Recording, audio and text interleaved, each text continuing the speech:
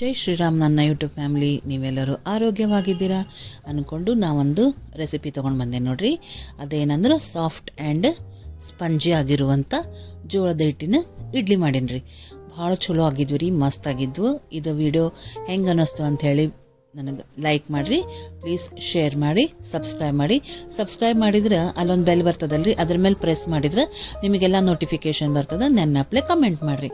ಯಾರ್ಯಾರು ಕಮೆಂಟ್ ಮಾಡ್ಲಿಕ್ಕತ್ತಿರಲ್ಲ ಅವ್ರಿಗೆಲ್ಲ ತುಂಬ ತುಂಬ ಧನ್ಯವಾದಗಳು. ಈಗ ನೋಡಿರಿ ಎಂಥ ಮಸ್ತ್ ಇಡ್ಲಿ ಆಗ್ಯಾವ. ಆ ಇಡ್ಲಿ ಸ್ಟ್ಯಾಂಡ್ಗೂ ಕೂಡ ಒಂದು ಸ್ವಲ್ಪ, ಪ್ಲೇಟಿಗೂ ಒಂದು ಸ್ವಲ್ಪ ಕೂಡ ಹತ್ತಿದ್ದಿಲ್ಲ. ಆಮೇಲೆ ಸ್ಪಾಂಜಿ ಆಗಿತ್ತು. ಆಮೇಲೆ ಆರಿದ ಮೇಲೂ ಕೂಡ ಅಷ್ಟೇ ಟೇಸ್ಟಿ ಇತ್ತು, ಬಿಸಿ ಇದ್ದಾಗೂ ಕೂಡ ಅಷ್ಟೇ ಟೇಸ್ಟಿ ಇರ್ತದೆ. ಆಮೇಲೆ ಏನಂದರೆ ಇದ್ರೊಳಗೆ ಮಸಾಲೆ ಹಾಕಿ ಮಾಡಿದ್ದೆ ರೀ. ನಾವು ಒಂದು ಸ್ವಲ್ಪ ಒಠಾಣಿ ಹಾಕಿ ಮಾಡಿದ್ದೆ ಇಡ್ಲಿನ. ಇದಕ್ಕೆ ಕಾಂಬಿನೇಷನ್ ಅಂದರೆ ನಾನು ಒಂದು ಟೊಮೆಟೊ ಚಟ್ನಿ ಮಾಡಿದ್ದೆ. ಆಮೇಲೆ ಕೊಬ್ಬರಿ ಚಟ್ನಿ ಆದರೂ ಮಾಡ್ಬೋದು, ಅಥವಾ ಹಿಂಗೆ ರಸ ಪಲ್ಯ ಆಗತ್ತೆ ಇತ್ತಂದ್ರೆ ಮಿಕ್ಸ್ ವೆಜ್ ಪಲ್ಯ ಆಯ್ತಂದ್ರೆ ಅದು ಕೂಡ ನಾವು ಇದಕ್ಕೆ ಹಚ್ಕೋಬೋದು. ಈಗ ಎಂದಾದರೂ ಚಪಾತಿ ಭಕ್ರಿ ಏನಾದರೂ ಬೇಜಾರಾದಾಗ ಈ ರೀತಿ ಟಿಫಿನ್ ಮಾಡಿಕೊಂಡು ತಿನ್ಬೋದು. ಮಾರ್ನಿಂಗ್ ಟೈಮ್ನಾಗ ಇದನ್ನು ಬ್ರೇಕ್ಫಾಸ್ಟಿಗೆ ಮಾಡಿಬಿಟ್ರೆ ಸೂಪರ್ ಆಗಿರ್ತದೆ. ಈಗ ನೋಡಿರಿ ಎಷ್ಟು ಮಸ್ತ್ ಆಗ್ಯಾವಂತ. ಈ ವಿಡಿಯೋ ನಿಮ್ಗೆ ಹೆಂಗೆ ಅನ್ನಿಸ್ತು ಅಂತ ಹೇಳ್ರಿ. ಭಾಳಷ್ಟು ಜನ ಕಮೆಂಟ್ ಮಾಡ್ಲಿಕ್ಕತ್ತೀರಿ, ಅವರಿಗೆಲ್ಲ ತುಂಬ ತುಂಬ ತುಂಬ ಧನ್ಯವಾದಗಳು. ಈಗ ನೋಡಿರಿ ಸೂಪರ್ ಆಗ್ಯದ. ಕಲರ್ ಮಾತ್ರ ಒಂದು ಸ್ವಲ್ಪ ಈ ರೀತಿ ಬರ್ತದೆ, ಯಾಕಂದರೆ ಇದು ಜೋಳದ ಹಿಟ್ಟು ಹಾಕಿರ್ತೀವಲ್ಲ, ಅದಕ್ಕೆ ಕಲರ್ ಅಷ್ಟು ಚಲೋ ಬರೋಂಗಿಲ್ಲ. ಆದ್ರೆ ಟೇಸ್ಟ್ ಒಳಗಂತೂ 100ಕ್ಕೆ ಔಟ್ ಆಫ್ 100. ಈಗ ಹೆಂಗೆ ಮಾಡೋದು ಅಂತಂದ್ರೆ, ಈಗ ನೋಡಿರಿ ನಾನು ಒಂದು ಪಾತ್ರೆ ತೊಗೊಂಡೆ, ಅದಕ್ಕೆ 2 ಗ್ಲಾಸ್ ಜೋಳದ ಹಿಟ್ಟು ಹಾಕಿದೆ. ಇದಕ್ಕೆ ನಾವು ಚಿರೋಟಿ ರವೆ ಹಾಕೋಣಂತ. ಜೋಳದ ಹಿಟ್ಟು ಎಷ್ಟು ತೊಗೋತಿರಲ್ಲ ಅಷ್ಟೇ ಚಿರೋಟಿ ರವೆ ತೊಗೋಬೇಕು. 2 ಗ್ಲಾಸ್ ಚಿರೋಟಿ ರವೆ ಹಾಕೀನಿ ಇದಕ್ಕೆ ನಾನು. ಹೆಂಗಂದ್ರೆ ಈಗ 4 ಮಂದಿಗೆ ಒಟ್ಟು 4 ಗ್ಲಾಸ್. ಅದ್ರೊಳಗೆ 2 ಗ್ಲಾಸ್ ಚಿರೋಟಿ ರವೆ, 2 ಗ್ಲಾಸ್ ಜೋಳದ ಹಿಟ್ಟು, ಅರ್ಧ ಗ್ಲಾಸ್ ಅಕ್ಕಿ ಹಿಟ್ಟು ತೊಗೊಂಡೇನ್ರಿ. ಆಮೇಲೆ ಈಗ ಒಂದು ಸ್ವಲ್ಪ ಮೊಸರು ತೊಗೊಂಡೇನ್ರಿ, ಒಂದು ಗ್ಲಾಸ್ ಅಷ್ಟು ಮೊಸರು. ಈಗ 4 ಗ್ಲಾಸ್ ಆಯ್ತಲ್ಲ, ಅದು 4.25 ಆಯ್ತು, ಯಾಕಂದ್ರೆ ಅಕ್ಕಿ ಹಿಟ್ಟು ಒಂದು ಅರ್ಧ ಹಾಕಿದ್ವಿ. ಈಗ 1 ಗ್ಲಾಸ್ ಅಷ್ಟು ಮೊಸರು ತೊಗೊಂಡೆ. ಅದನ್ನು ಒಂದು ಸ್ವಲ್ಪ ನೀರು ಹಾಕಿ ಈ ರೀತಿ ಒಂದು ಸ್ವಲ್ಪ ಮಜ್ಜಿಗೆ ಮಾಡ್ಕೊಂಡ್ಬಿಡೋಣಂತ. ನೀವು ಎಷ್ಟು ಮೊಸರು ಹಾಕ್ತೀರಿ ಅಷ್ಟು ಚಲೋ ಆಗ್ತದೆ. ಈಗ ಇದನ್ನು ಆ ಮಜ್ಜಿಗೆ ಹಾಕಿ ಕಲಸೋಣಂತ. ಆಮೇಲೆ ಏನು ಮಜ್ಜಿಗೆ ಹಾಕಿದ ಮೇಲೂ ಒಂದು ಸ್ವಲ್ಪ ಕಮ್ಮಿ ಬೀಳ್ತದೆ ರೀ, ಯಾಕಂದರೆ ಪ್ರಮಾಣ ಜಾಸ್ತಿ ಅದಲ್ಲ. ನಾವು ನೀರು ಹಾಕಿ ಮುಂದೆ ಕಲಿಸ್ಕೊಳಿಕ್ಕೆ ಬರ್ತದೆ ಇದನ್ನು. ಈಗ ಫಸ್ಟ್ ಎಲ್ಲ ಕಡೆ ಮಜ್ಜಿಗೆ ಮಿಕ್ಸ್ ಮಾಡಿಬಿಡ್ತೇನೆ. ಆಮೇಲೆ ನೀರು ಹಾಕಿ ಇಡ್ಲಿದು ಕನ್ಸಿಸ್ಟೆನ್ಸಿ ಹೆಂಗಿರ್ತದಲ್ಲ ಹಾಗೆ ಕಲಿಸ್ಕೋತ ಹೋಗ್ಬೇಕು. ಅಳತೆ ಏನಂದ್ರೆ, ಈಗ ನೀವು 1 ಗ್ಲಾಸ್ ಜೋಳದ ಹಿಟ್ಟು ತೊಗೊಂಡ್ರೆ 1 ಗ್ಲಾಸ್ ಚಿರೋಟಿ ರವೆ, 1/4 ಗ್ಲಾಸ್ ಅಕ್ಕಿ ಹಿಟ್ಟು ತೊಗೋಬೇಕು.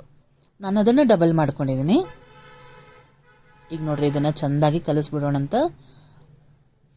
ಆಮೇಲೆ ಇನ್ಸ್ಟಂಟ್ ರೀ, ಇದು ಕಲಿಸಿ ನೀವು ಅರ್ಧ ತಾಸು ಇಡಬೇಕು ಹಂಗೆ ಏನೂ ಇಲ್ಲ. ಇಮಿಡಿಯೇಟ್ ಕೂಡ ಇದನ್ನು ನೀವು ಮಾಡ್ಬೋದು. ಭಾಳ ಚಲೋ ಆಗ್ತಾವ್ರಿ, ಬೇಗ ಬೇಗ ಆಗ್ತಾವೆ, ಟೈಮ್ ಕೂಡ ಭಾಳ ಹಿಡಿಯಂಗಿಲ್ಲ. ಈಗ ನೋಡ್ರಿ ನೀಟಾಗಿ ಯಾವ ರೀತಿ ಕಲಿಸ್ಲಿಕ್ಕತ್ತೇನೆ ಅಂತ. ಗಂಟಾಗ್ಲಾರ್ದಂಗೆ ಚೆಂದಾಗಿ ಕಲಿಸ್ಬೇಕು. ಮೊಸರು ಹೆಚ್ಚಿಗೆ ಇದ್ರೆ ಇನ್ನೂ ನೀವು ಹೆಚ್ಚಿಗೆ ಹಾಕೋಬೋದು. ನನ್ನ ಹತ್ರ ಇಷ್ಟೇ ಮೊಸರು ಇತ್ತು, ಇಷ್ಟರಲ್ಲೇ ಮಾಡಿದ್ದೀನಿ. ಇಲ್ಲ ಇನ್ನೊಂದು ಸ್ವಲ್ಪ ಹೆಚ್ಚಿಗೆ ಇತ್ತಂದ್ರೆ ಮೊಸರು ಹಾಕ್ಬೋದು, ಅಥವಾ ಬೆಣ್ಣೆ ಕಡದ ಮಜ್ಜಿಗೆ ಇತ್ತಂದ್ರೆ ಅದು ಕೂಡ ಸೂಪರ್ ಆಗ್ತದೆ ಇದಕ್ಕೆ. ಅದನ್ನು ಕೂಡ ನೀವು ಇದಕ್ಕೆ ಯೂಸ್ ಮಾಡ್ಕೋಬೋದು, ಬೆಣ್ಣೆ ಕಡದ ಮಜ್ಜಿಗೆನ. ಒಂದು ಸ್ವಲ್ಪ ಹುಳಿ ಇರಬೇಕಷ್ಟೇ, ಅಂದ್ರೆ ನಿಮಗೆ ಇಡ್ಲಿ ಭಾಳ ಚಲೋ ಬರ್ತಾವೆ. ಈಗ ನೋಡ್ರಿ ಎಷ್ಟು ಚೆನ್ನಾಗಿ ನೀಟಾಗಿ ಕಲಸಿಟ್ಟೇನಂತ ಇದನ್ನು. ಈಗ ಇದನ್ನು ಒಂದು 5 ನಿಮಿಷ ಮುಚ್ಚಿಟ್ಬಿಡೋಣ, ಅಂದರೆ ನಾವಿಲ್ಲಿ ಒಗ್ಗರಣೆ ಮಾಡಬೇಕಲ್ಲ ಅದಕ್ಕಂತೇಳಿ ಮುಚ್ಚಿಡ್ಲಿಕತ್ತೇನೆ ಅಷ್ಟೇ. ಈಗ ಏನಂದರೆ ನಾನು ಮಸಾಲೆ ಇಡ್ಲಿ ಮಾಡ್ತೀನಿ ಅನ್ನಲ್ಲ, ಅದಕ್ಕೆ ಮತ್ತು ಒಗ್ಗರಣೆ ಬೇಕಲ್ಲ. ಸೊ 2 ಚಮಚ ಎಣ್ಣೆ ಕಾಯ್ಲಿಕ್ಕೆ ಇಟ್ಟಿದ್ದೆ, ಅದಕ್ಕೆ 1 ಚಮಚ ಅಷ್ಟು ಸಾಸಿವೆ ಹಾಕಿದೆ.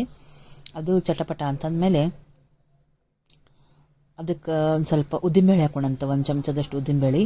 ಆಮೇಲೆ 1 ಚಮಚದಷ್ಟು ಜೀರಿಗೆ ಹಾಕೋಣಂತ, 1 ಚಮಚದಷ್ಟು ಕಡಲೆಬೇಳೆ ಹಾಕೋಣ. ಕಡಲೆಬೇಳೆ ಉದ್ದಿನಬೇಳೆ ನಿಮಗೆ ಎಷ್ಟು ಬೇಕೋ ಅಷ್ಟು ಹಾಕೋಬೋದು.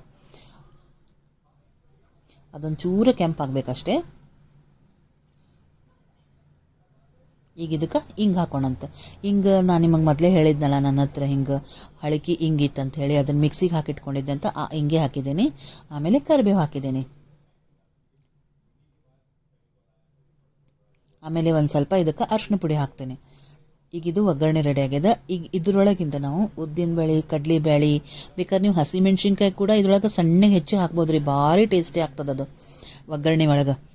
ಈಗ ಈ ಮಸಾಲೆ ಏನದಲ್ಲ, ಎಣ್ಣೆ ಅಂಶ ಬಿಟ್ಟು ಈ ಉದ್ದಿನಬೇಳೆ ಕಡಲೆಬೇಳೆದೇನು ಇರ್ತದಲ್ಲ ಅದನ್ನು ತಕ್ಕೋಬೇಕು. ಅದಕ್ಕಿಂತ ಮುಂಚೆ ಫಸ್ಟ್ ನಾವು ಈಗ ಟೊಮೆಟೊ ಚಟ್ನಿ ಅಂದಲ್ಲ ಅದನ್ನು ಮಾಡೋಣಂತ. ಅದಕ್ಕೆ ನನ್ನ ಹತ್ರ ಒಂದು ಒಗ್ಗರಣೆ ಆಲ್ರೆಡಿ ಇತ್ತು, ಹಸಿಮೆಣ್ಸಿಕಾಯಿ ಒಗ್ಗರಣೆ ಇತ್ತು ಫಸ್ಟ್ ಅದನ್ನು ಹಾಕೊಂಡ್ಬಿಡೋಣ ಅಂತ ಹಾಕಿದೆ. ಈಗ ಅದಕ್ಕೆ ಟೊಮೆಟೊ ಹಾಕ್ಬಿಡ್ತೇನೆ ರೀ. ಒಂದು 3 ಟೊಮೆಟೊ ಹೆಚ್ಚಿಟ್ಕೊಂಡಿದ್ದೆ ನಾನು, ದೊಡ್ಡ ಇದ್ವವು. 3 ಟೊಮೆಟೊ ಹೆಚ್ಚಿಟ್ಕೊಂಡಿದ್ದೆ, ಸಣ್ಣಗೆ ಹೆಚ್ಚಿಟ್ಕೊಂಡಿನಿ. ಅದನ್ನು ಹಾಕ್ತೇನೆ. ಹಾಕಿ ಫಸ್ಟ್ ಈ ಒಗ್ಗರಣೆ ಒಳಗೆ ತಾಳಿಸ್ಕೊಂಡ್ಬಿಡೋಣಂತ. ಯಾವುದೇ ಪಲ್ಯ ಆಯ್ತು ನಾವು ಎಣ್ಣೆ ಒಳಗೆ ತಾಳಿಸಿದ್ರೆ ಅದೊಂದು ಟೇಸ್ಟ್ ಭಾಳ ಚಲೋ ಬರ್ತದೆ ರೀ. ನೀವು ಡೈರೆಕ್ಟ್ ಕುಕ್ಕರ್ನಾಗ ಇಡೋಕ್ಕಿಂತ ಈ ರೀತಿ ಒಂದು ಸ್ವಲ್ಪ ಎಣ್ಣೆ ಒಳಗೆ ತಾಳ್ಬೇಕವು. ಅಂದಾಗ ಅದು ಟೇಸ್ಟ್ ನಿಮ್ಗೆ ಚಲೋ ಅನ್ನಿಸ್ತದೆ, ಎನ್ಹ್ಯಾನ್ಸ್ ಆಗ್ತದೆ ರೀ. ಅಡುಗೆನೂ ಕೂಡ ನಮಗೆ ರುಚಿ ಆಗ್ತದೆ. ಇದಕ್ಕೊಂದು ಸ್ವಲ್ಪ ಹಸಿ ಶುಂಠಿ ಹಾಕ್ಲಿಕತ್ತೇನೆ. ಈಗ ಚಟ್ನಿ ಗತೆ ಮಾಡ್ಲಿಕತ್ತೇನಲ್ಲ, ಅದಕ್ಕೆ ಒಂದು ಸ್ವಲ್ಪ ಹಸಿ ಶುಂಠಿ ಹೆರದು ಹಾಕೋಣಂತಿದೆ ಒಗ್ಗರಣೆ ಒಳಗೆ. ಆಮೇಲೆ ನಾನು ಕೊತ್ತಂಬರಿ ಕ್ಯೂಬ್ಸ್ ಮಾಡಿ ಇಟ್ಕೊಂಡಿರ್ತೀನಿ ರೀ. ನಂದು ಹುಬ್ಬಳ್ಳಿ ಅಡುಗೆ ಮನೆ ಚಾನಲ್ ಒಳಗೆ ಅದನ್ನು ಅದ ರೀ, ನೀವು ನೋಡ್ಬೋದು ನಾನು ಯಾವ ರೀತಿ ಈ ರೀತಿ ಕ್ಯೂಬ್ಸ್ ಮಾಡಿ ಇಟ್ಕೋತೇನೆ ಅಂತ. ಒಮ್ಮೊಮ್ಮೆ ನಮ್ಮ ಹತ್ರ ಕೊತ್ತಂಬರಿ ಇರೋಂಗಿಲ್ಲ, ಆವಾಗ ನಾವು ಈ ರೀತಿ ಕ್ಯೂಬ್ಸನ್ನು ನಾನು ಯೂಸ್ ಮಾಡ್ಕೋಬೋದು. ಈಗ ಒಂದು ಅದನ್ನು ಹಾಕೇನಿ ರೀ. ಆಮೇಲೆ ಒಂದಿಷ್ಟು ಇಂಗು ಹಾಕಿದೆ. ನೀವು ಏನೇ ಒಗ್ಗರಣೆ ಒಳಗೆ ಹಾಕಿದ್ರು ಮೇಲೆ ಒಂದು ಸ್ವಲ್ಪ ಇಂಗು ಹಾಕಿದ್ರೆ ಅದೊಂದು ಟೇಸ್ಟ್ ಭಾಳ ಚಲೋ ಕೊಡ್ತದೆ. ಈಗ ಇದನ್ನು ಒಂದ್ಸಲ ಕೈ ಆಡಿಸ್ಕೊಂಡ್ಬಿಡೋಣಂತ. ಈ ಬಿಸಿಗೆ ಅದೇನು ಕೊತ್ತಂಬರಿ ಕ್ಯೂಬ್ಸ್ ಅವಲ್ಲ ಅವು ಕರಗ್ತಾವ. ಆಮೇಲೆ ಒಂದು ಸ್ವಲ್ಪ ನೀರು ಹಾಕಿದೆ. ನಮ್ಗೆ ಕನ್ಸಿಸ್ಟೆನ್ಸಿ ನೋಡ್ಕೋಬೇಕ್ರಿ ಎಷ್ಟು ಬೇಕಂತೇಳಿ. ಅಷ್ಟು ಒಂದು ಸ್ವಲ್ಪ ನೀರು ಹಾಕಿದೆ. ರುಚಿಗೆ ತಕ್ಕಷ್ಟು ಉಪ್ಪು ಹಾಕಿದೆ. ಹರಳುಪ್ಪೆ ಯಾವಾಗಲೂ ನಾನು ಯೂಸ್ ಮಾಡೋದು, ಅದನ್ನು ಹಾಕೀನಿ. ಇದಕ್ಕೆ ಮಸಾಲೆ ಏನೂ ಇರೋದಿಲ್ಲ ರೀ ಹೆಚ್ಚಿಂದು.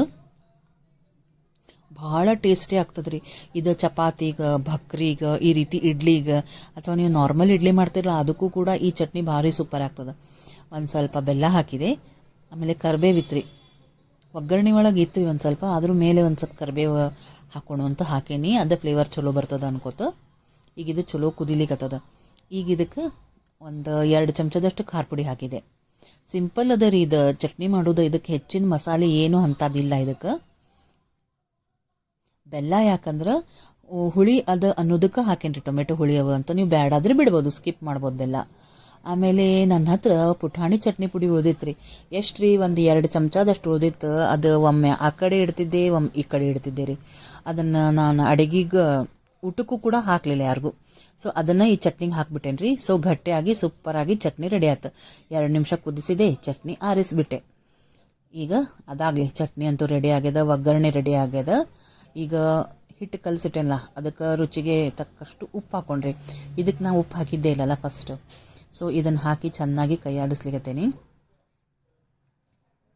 ಈಗೇನು ನಾವು ಒಗ್ಗರಣೆ ಮಾಡಿಟ್ಕೊಂಡೇನಲ್ರಿ, ಮಸಾಲೆ ಮಾಡೋಣ್ರಿ, ಮಸಾಲೆ ಇಡ್ಲಿ ಮಾಡೋಣ ಅಂತ ಹೇಳಿಕತ್ತಿದ್ನಲ್ಲ, ಆ ಒಗ್ಗರಣೆನ ಇದಕ್ಕೆ ಹಾಕೋತೇನೆ. ಉದ್ದಿನಬೇಳೆ, ಕಡಲೆಬೇಳೆ, ಇಂಗು, ಜೀರಿಗೆ, ಆಮೇಲೆ ಅರಿಶಿನ ಹಾಕಿ ಮಾಡಿದಂಥ ಒಗ್ಗರಣೆ ಅದ. ಆಮೇಲೆ ನೀವು ಇದ್ರೊಳಗೆ ಹಸಿಮೆಣ್ಸಿಕಾಯಿ ಕೂಡ ಬೇಕಂದ್ರೆ ಹಾಕ್ಬೋದು. ಸೂಪರಾದ ಟೇಸ್ಟ್ ಕೊಡ್ತದೆ ನಿಮಗೆ. ಈಗ ಚೆಂದಾಗಿ ಇದನ್ನು ಕೈ ಆಡಿಸಿ ಒಮ್ಮೆ ರೆಡಿ ಮಾಡಿ ಇಟ್ಕೋತೀನಿ. ಈಗ ಇದಕ್ಕೆ ನಾವು ಏನೇ ಮಾಡಿದ್ರು ನಾವು ನೆನೆಸ್ಲಿಕ್ಕೆ ಹೋಗಿಲ್ಲ. ಇನ್ಸ್ಟಂಟ್ ಅಂದಮೇಲೆ ನಾವು ಏನಾದರೂ ಇದಕ್ಕೆ ಒಂದು ಬೇರೆ ಹುಡ್ಕಬೇಕು ನಮಗೆ ಇಡ್ಲಿ ಉಬ್ಲಿಕ್ಕೆ. ಸೊ ಅದಕ್ಕೆ ಏನು ಮಾಡಿದೆ, ಒಂದು ಸ್ವಲ್ಪ ಈನೋ ಹಾಕಿದೆ. ಒಂದು ಸ್ಯಾಚೆ ಬೇಕರಿ ಇಷ್ಟು ಪ್ರಮಾಣಕ್ಕೆ ಈನೋ ಹಾಕಿ, ಒಂದು 4 ನೀರು ಹಾಕಿ ಅದಕ್ಕೆ ಈ ರೀತಿ ನೋಡಿರಿ ಕೈ ಆಡಿಸ್ಕೊಂಬಿಡೋಣ ಅಂತ ಚೆಂದಾಗಿ ಒಂದ್ಸಲ. ಈಗ ಇಡ್ಲಿ ಸ್ಟ್ಯಾಂಡ್ ಒಳಗೆ ಹಾಕ್ಲಿಕ್ಕೆ ಶುರು ಮಾಡೋಣ. ಇನ್ನೂ ಹಾಕಿದ ಮೇಲೆ ಭಾಳ ಹೊತ್ತು ಇಡಬೇಕಂತೇನಿಲ್ಲ, ಇಮಿಡಿಯೇಟ್ ಹಾಕ್ಲಿಕ್ಕೆ ಶುರು ಮಾಡೋಣಂತ ಇಡ್ಲಿ ಸ್ಟ್ಯಾಂಡ್ ಒಳಗೆ. ಇದು ಒಂದು 15 ನಿಮಿಷ ಬೇಕ್ರಿ, 15ರಿಂದ 20 ನಿಮಿಷ. ಯಾಕಂದ್ರೆ ಹಿಟ್ಟಿನ ಅಂಶ ಇರ್ತದಲ್ಲ, ಜೋಳದ ಹಿಟ್ಟಿನ ಅಂಶ ಇರ್ತದೆ. ಅದಕ್ಕೆ ಈಗ ನಾವು ಸಾದಾ ಇಡ್ಲಿ ಏನು ಮಾಡ್ತೀವಲ್ಲ ಅದಕ್ಕಿಂತ ಒಂದು 2ರಿಂದ 3 ನಿಮಿಷ ಹೆಚ್ಚಿಗೆ ಬೇಕಾಗ್ತದೆ ಬೇಯಲಿಕ್ಕೆ. ಆದ್ರೆ ಸೂಪರ್ ಇಡ್ಲಿ ಆಗ್ತಾವ್ರಿ, ಟೇಸ್ಟ್ ಭಾಳ ಚಲೋ ಆಗ್ತದೆ. ನೀವು ಒಂದ್ಸಲ ಟ್ರೈ ಮಾಡಿ ನೋಡಿರಿ. ಇದನ್ನು ಇನ್ಸ್ಟೆಂಟಾಗಿ ಮಾಡ್ಬೋದು ರೀ. ಮನೆ ಒಳಗೆ ಜೋಳದ ಹಿಟ್ಟು ಇತ್ತಂದ್ರೆ ಬೇಕಾದಂಗೆ ಮಾಡ್ಬೋದು. ನೋಡಿರಿ ಎಂಥ ಸೂಪರ್ ಆಗ್ಯಾವ ಇಡ್ಲಿ. ಟೇಸ್ಟ್ ಕೂಡ ಭಾಳ ಚಲೋ ಬಂದದ್ರಿ. ಹಿಟ್ಟಿಟ್ಟು ಫ್ಲೇವರ್ ಬರೋಂಗಿಲ್ಲ, ಭಾಳ ಅವ್ರಿಗೆ ಮಸ್ತಾಗಿದ್ವು ರೀ. ಬಾಯಾಗಿಟ್ಟು ಕರಗುವಂಥ ಇಡ್ಲಿ ಆಗಿದ್ವು ರೀ ಇವು. ಈಗ ನೋಡಿರಿ ತೆಗಿಯೋದು ಕೂಡ ಎಷ್ಟು ಮಸ್ತ್ ತೆಗಿಲಿಗತ್ತೇನಂತ. ಹಿಂಗೆ ಸ್ಟ್ಯಾಂಡಿಗೆ ಭಾಳ ಅಂಟ್ಕೊಂಡೇ ಇಲ್ಲ ಅವು. ಈಗ ನೋಡಿರಿ ಎಂಥ ಸೂಪರ್ ಆಗ್ಯದಂತ. ಎಲ್ಲ ಪಟ ಆಗ್ಬಿಡ್ತಾವ್ರಿ. ಬೇಯೋದ ಒಂದು ಸ್ವಲ್ಪ ಟೈಮ್ ನೋಡಿರಿ. ಹಿಟ್ಟು ಕಲಸೋದು ಭಾಳ ಹೊತ್ತಾಗಂಗಿಲ್ಲ. ಆಮೇಲೆ ಎಲ್ಲ ಮಸಾಲೆ ಮಾಡಿಟ್ಕೊಂಡ್ರೆ ಆಮೇಲೆ ಕೊಬ್ಬರಿ ಚಟ್ನಿ ಇದ್ರೆ ಅದನ್ನು ಯೂಸ್ ಮಾಡ್ಕೋಬೋದು ರೀ. ಆದರೆ ಏನೇ ಅಂದ್ರೆ ಇವು ಸ್ವಲ್ಪ ಸಪ್ಪು ಇಡ್ಲಿ ನೋಡಿರಿ ಎಂಥ ಸೂಪರ್ ಇಡ್ಲಿ ಆಗ್ಯಾವ, ಎಷ್ಟು ಅವ್ರಿಗಾಗ್ಯಾವ, ಹೊತ್ತು ಆಗ್ಯದ. ಏನೇ ಅಂದ್ರೆ ಇದು ಸಪ್ಪಾಗ್ತಾವಲ್ಲ ರೀ ಇಡ್ಲಿ, ಅದಕ್ಕೆ ನಾನು ಸ್ವಲ್ಪ ಟೊಮೆಟೊ ಚಟ್ನಿ ಅಂಥೇಳಿ ಮಾಡೇನಿ.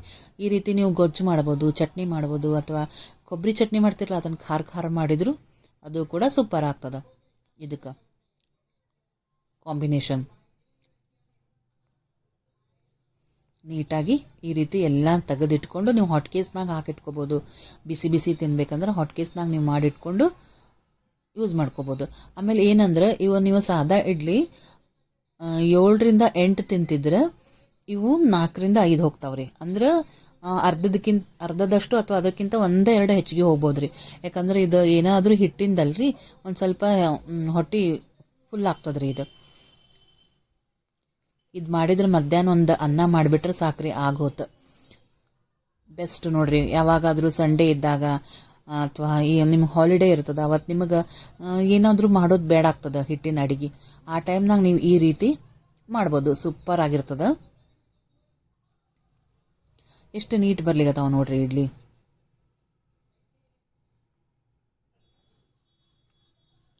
ನಿಮ್ಗೆ ಹೆಂಗೆ ಅನ್ನಿಸ್ತು ಕಮೆಂಟ್ನಾಗ ಬರೀರಿ. ನೀವು ಏನಾದರೂ ಈ ರೀತಿ ಇಡ್ಲಿ ಮಾಡಿದ್ರಾ ಅಂತೇಳಿ. ಜೋಳದ ಹಿಟ್ಟಿನ ಇಡ್ಲಿ. ನಾನು ರಾಗಿ ಹಿಟ್ಟಿಂದು ಇಡ್ಲಿ ಮಾಡೇನ್ರಿ, ಅದು ಕೂಡ ಭಾಳ ಚಲೋ ಆಗ್ತದೆ. ಅಕ್ಕಿದಂತೂ ಮಾಡ್ತೀವಿ. ಚಿರೋಟಿ ರವಾದ್ದು ಮಾಡಿರ್ತೀವಿ, ರವಾ ಇಡ್ಲಿ ಅಂತ ಹೇಳಿ ಮಾಡ್ತೀವಿ ರೀ. ಆದರೆ ಜೋಳದ ಹಿಟ್ಟಿನ ಇಡ್ಲಿ ಕೂಡ ಮಾಡಿದ್ದೆ, ಆದರೆ ಎಂದು ನಾನು ಈ ರೀತಿ ವಿಡಿಯೋ ಮಾಡಿದ್ದಿಲ್ಲ. ಈ ಸಲ ಮಾಡೇನಿ ನೋಡ್ರಿ, ಸೂಪರ್ ಆಗ್ಯದ. ಅದ್ರೊಳಗೆ ವಟಾಣಿ ಹಾಕೇನ್ರಿ, ಅದು ಟೇಸ್ಟ್ ಇನ್ನೂ ಚಲೋ ಕೊಡ್ತದ್ರಿ ವಟಾಣಿ ಹಾಕಿದ್ರೆ. ಗಜ್ರಿ ಇದ್ರೆ ನೀವು ಗಜ್ರಿ ಕೂಡ ಹಾಕ್ಬೋದು ಮೇಲೆ, ಈ ರೀತಿ ಡೆಕೋರೇಟ್ ಆಗಲಿಕ್ಕೆ ಚಂದ ಅನ್ನಿಸ್ತದೆ. ಗಜ್ರಿ ವಟಾಣಿ ಹಾಕಿ ಮಾಡಿದ್ರೆ ಸೂಪರ್ ಆಗಿರ್ತದೆ. ಈಗಂತೂ ವಟಾಣಿ ಸೀಸನ್ ಅದಲ್ಲ, ಬೇಕಾದಂಗೆ ನೀವು ಹಾಕಿ ಮಾಡ್ಬೋದು. ವೆಜಿಟೇಬಲ್ಸ್ ಎಲ್ಲ ಹಾಕಿದ್ರೆ ಅದು ಕೂಡ ನಿಮಗೆ ತಿಂದಂಗೆ ಆಗ್ತದೆ.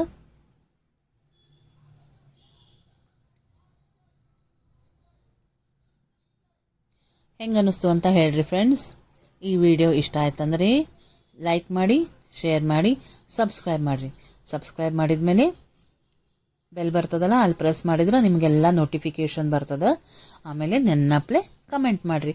ಬಹಳಷ್ಟು ಜನ ಸಬ್ಸ್ಕ್ರೈಬ್ ಮಾಡದೆ ನೋಡ್ಲಿಕ್ಕತ್ತೀರಿ. ಪ್ಲೀಸ್ ನನ್ನ ಚಾನಲನ್ನು ಸಬ್ಸ್ಕ್ರೈಬ್ ಮಾಡಿ ನೋಡಿರಿ, ಅಂದರೆ ನನಗೂ ಖುಷಿ ಆಗ್ತದೆ. ಆಮೇಲೆ ನಾ ಏನು ಅಡುಗೆ ಮಾಡ್ತೀನಲ್ಲ ನಿಮಗೆಲ್ಲ ಬರ್ತದೆ ನಿಮ್ಮ ಮೊಬೈಲ್ನಾಗ. ಆಮೇಲೆ ದಿವಸ ಹೊಸದು ಹಾಕ್ಯದ ಅಂತ ಇನ್ನೊಬ್ರು ಹೇಳೋಕ್ಕಿಂತ ನಮಗೆ ನೋಟಿಫಿಕೇಷನ್ ಬಂದಿತ್ತಂದ್ರೆ ನೋಡ್ಲಿಕ್ಕೂ ಕೂಡ ಭಾಳ ಉಪಯೋಗ ಆಗ್ತದೆ. ನಿಮ್ಗೆ ಯಾವಾಗ ಬೇಕಾವಾಗ ನೋಡ್ಕೋಬೋದು. ನೋಡ್ರಿ, ಇದಕ್ಕೆ ಸೂಪರ್ ಕಾಂಬಿನೇಷನ್ ಅಂದರೆ ಟೊಮೆಟೊ ಚಟ್ನಿ ಮಾಡೇನಿ. ಚಟ್ನಿ ಆದರೂ ಅನ್ಬೋದು, ಇಲ್ಲ ಉಪ್ಪಿನಕಾಯಿ ಆದರೂ ಅನ್ಬೋದು. ಅದನ್ನು ತೊಗೊಳ್ರಿ, ನೀವು ತೊಗೊಳ್ರಿ, ಒಂದ್ಸಲ ಟ್ರೈ ಮಾಡಿರಿ. ಕಮೆಂಟ್ನಾಗ ಬರೀರಿ ನಿಮ್ಮ ಮಾಡಿದ್ರಾ ಅಂತ, ಹೆಂಗಾಗಿತ್ತು ಅಂಥೇಳಿ ನನಗೆ ಕಮೆಂಟ್ ಒಳಗೆ ಹಾಕ್ರಿ, ಖುಷಿ ಆಗ್ತದೆ. ಮತ್ತು ನಾನು ನಿಮ್ಗೆ ಇನ್ನೊಂದು ರೆಸಿಪಿಯೊಂದಿಗೆ ಸಿಗ್ತೇನಂತ.